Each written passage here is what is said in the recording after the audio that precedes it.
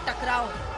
एक तरफ अडानी को लेकर विपक्ष का जेपीसी की मांग, तो दूसरी तरफ बीजेपी और सरकार की तरफ से राहुल से माफी की मांग। राहुल गांधी पर बीजेपी का हमला तेज हो रहा है, सदन के भीतर भी और सदन के बाहर भी। अब की बार मोर्चा संभाला 2019 लोकसभा चुनाव में राहुल को अमेठी से मात देने वाली स्मृति ईरानी ने, तो कांग्रेस की ओर से जवाब देने के लिए सामने आई सुप्रिया श्रीनेत। राजनीतिक लाभ के लिए अपने पैरों तले देश की संसद को अगर रोधने का दुस्साहस करोगे तो देश जवाब मांगेगा, देश की संसद जवाब मांगेगी। आज मैं राहुल गांधी से कहना चाहती हूं, संसद से भागने की बजाय आकर संसद में माफी मांगे। मैं उनकी व्यथा, उनकी वेदना समझ सकती हूं। वो राहुल गांधी ट्रोल मंत्रालय की प्रमुख मंत्री हैं और वही काम वो पूरी शिद्दत से, पूरी लगन से करती हैं। और फिर उन्होंने देखा कि उनके मंत्रालय के ऊपर ग्रहण है, क्योंकि बहुत सारे लोगों में होड़ लगी हुई है कि राहुल गांधी जी को ज्यादा ट्रोल कौन कर पाएगा, कौन ज्यादा दो रुपल्ली का ट्रोल बनेगा इस सरकार के मंत्रियों में। राहुल को लेकर बीजेपी और कांग्रेस के बीच जारी घमासान के अगले पड़ाव पर पहुंचने से पहले आपको ये सुनाते हैं कि राहुल ने लंदन में आखिर क्या कहा था।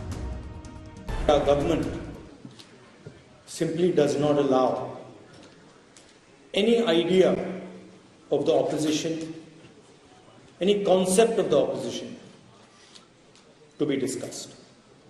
Same happens in Parliament House when there are important things that we need to speak about: demonetization, GST, the fact that the Chinese are sitting inside our territory. When we try to raise these questions, we're not allowed to raise them in the House. It's a fact. It's shameful, but it's true. Rahul के इन्हीं बयानों पर जबरदस्त घमासान है। BJP का आरोप है कि राहुल ने विदेशी ताकतों का आह्वान किया है। राहुल गांधी ने एक ऐसे देश में जाकर विदेशी ताकतों का आह्वान किया जिसका इतिहास रहा है भारत को गुलाम बनाने का। उनका द्वेष प्रधानमंत्री मोदी जी के लिए भारत के प्रति द्वेष में तब्दील हो चुका है। आपको बड़ी दिक्कत है विदेशी जमीन पर जाकर उन्होंने कहा।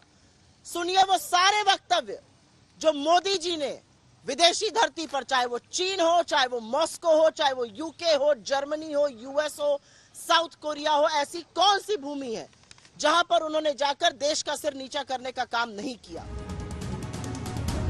राहुल पर हमला हुआ तो बात टुकड़े टुकड़े गैंग के समर्थन तक पहुंची।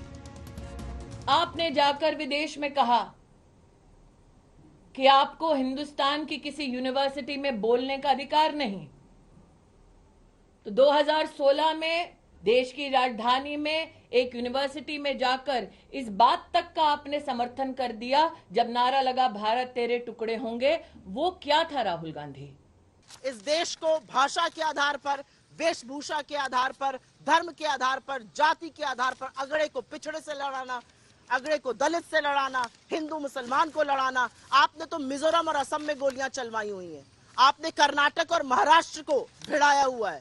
अगर ये टुकड़े टुकड़े गैंग नहीं तो असली टुकड़े टुकड़े गैंग के सदस्य और सरगना तो खुद रूलिंग एस्टैब्लिशमेंट और प्रधानमंत्री मोदी उसके लीडर हैं। स्मृति ईरानी ने आरोप लगाया कि राहुल ने संसदीय परंपरा का अपमान किया, देश का अपमान किया और देश के हर नागरिक का अपमान किया। तो कांग्रेस ने बताया कि देश का अपमान कैसे होता है। राहुल गांधी भूल गए हैं कि संसद पर पताका लहराता है भारत का झंडा, जिसके लिए लाखों ने कुर्बानी दी।